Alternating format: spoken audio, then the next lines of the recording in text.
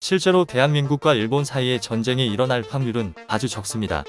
그리고 전쟁은 절대 일어나서는 안 되지만 만에 하나 그렇게 된다면 우리는 일제강점기의 치욕을 되갚아 줄 것입니다.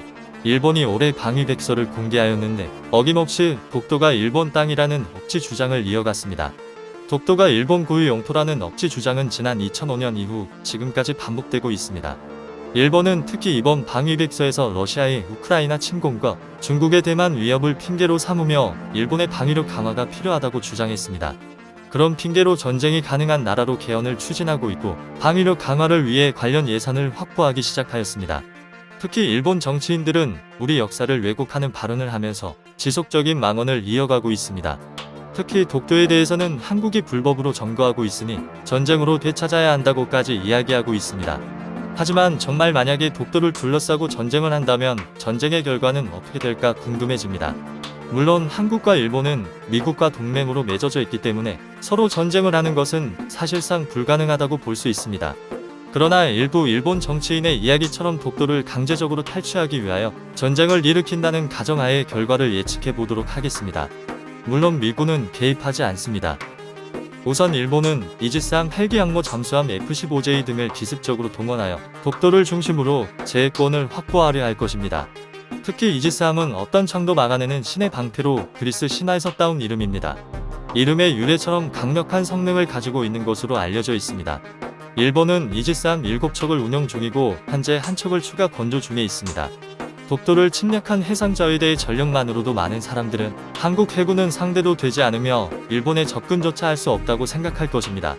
특히 한국이 미사일을 발사해도 일본의 미사일 요격 체계와 일본의 이지스함에 전무 요격되고 전 세계적으로 최강으로 인정받는 자랑스러운 대한민국의 육군은 절대로 일본 땅에 상륙하지도 못할 것이라고 한국의 전력을 폄하하는 경우가 많습니다. 사실 틀린 말이 전혀 아닙니다. 아마 1990년대 이전만 해도 그랬을지도 모릅니다. 당시에는 일본은 이미 아시아 최초의 이지스함을 건조하여 배치하였으며 대한민국은 해상자위대를 상대할 제대로 된 함정조차 없었습니다. 하지만 현재는 대한민국 해군이 꾸준히 전력을 증가하고 있으며 해상자위대를 상대로 공세적 작전은 힘들더라도 선제 도발에 대한 대응과 반격은 가능할 것으로 예상되고 있습니다. 한국도 이지스함 세종대왕급 3척을 운영 중이고 정조대왕급 3척을 건조 중에 있습니다. 정조대왕급은 서방권은 물론 전세계 해군에서 운영 중인 전투함 중에서도 가장 큰 편에 속합니다. 세종대왕 도입 전에는 북한이 탄도미사일 발사를 하면 일본 해상자위대가 탐지하여 한국군과 한국 언론은 나중에나 알게 되었습니다.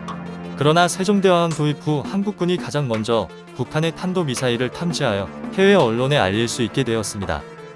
현재 우리가 가진 해상 전력만으로도 한반도 유사시에 일본 자위대의 개입을 거부할 수 있고 확고한 한반도 제해권의 확보도 가능합니다.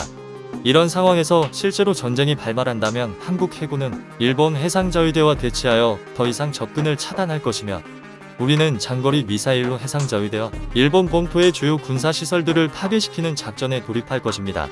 현재로서는 일본의 해상자위대와 항공자위대가 전력면에서는 조금 우세한 것은 사실이지만 한국은 일본이 갖고 있지 못한 원거리 타격 미사일인 현무를 보유하고 있습니다.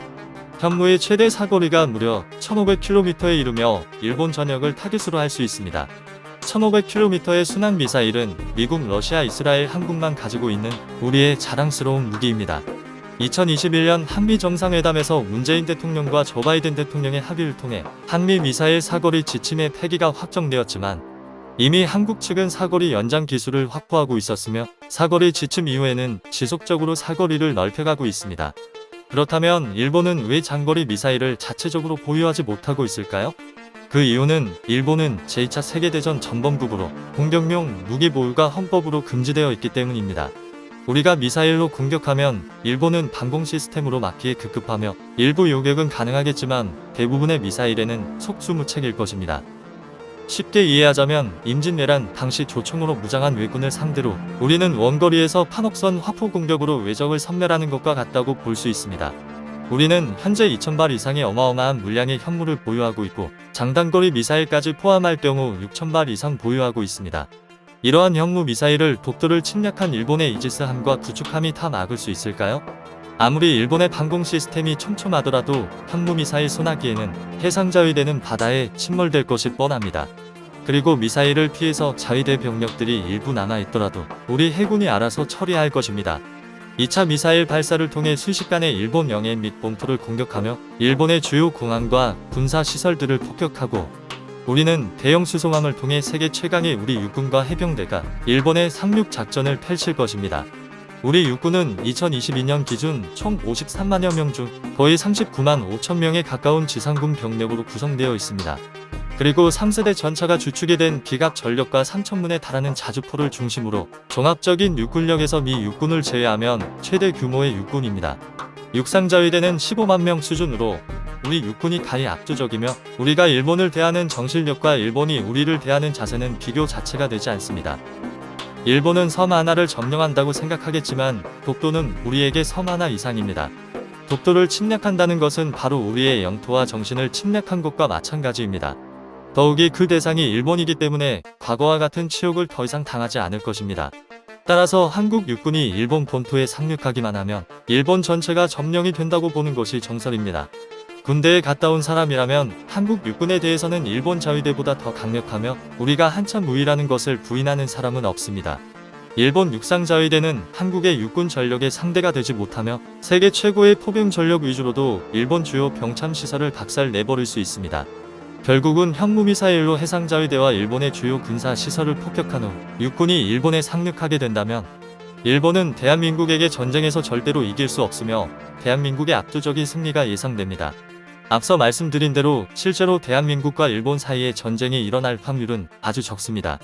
그리고 전쟁은 절대 일어나서는 안 되지만 만에 하나 그렇게 된다면 우리는 일제강점기의 치욕을 되갚아 줄 것입니다. 대한민국 모든 국군을 응원합니다.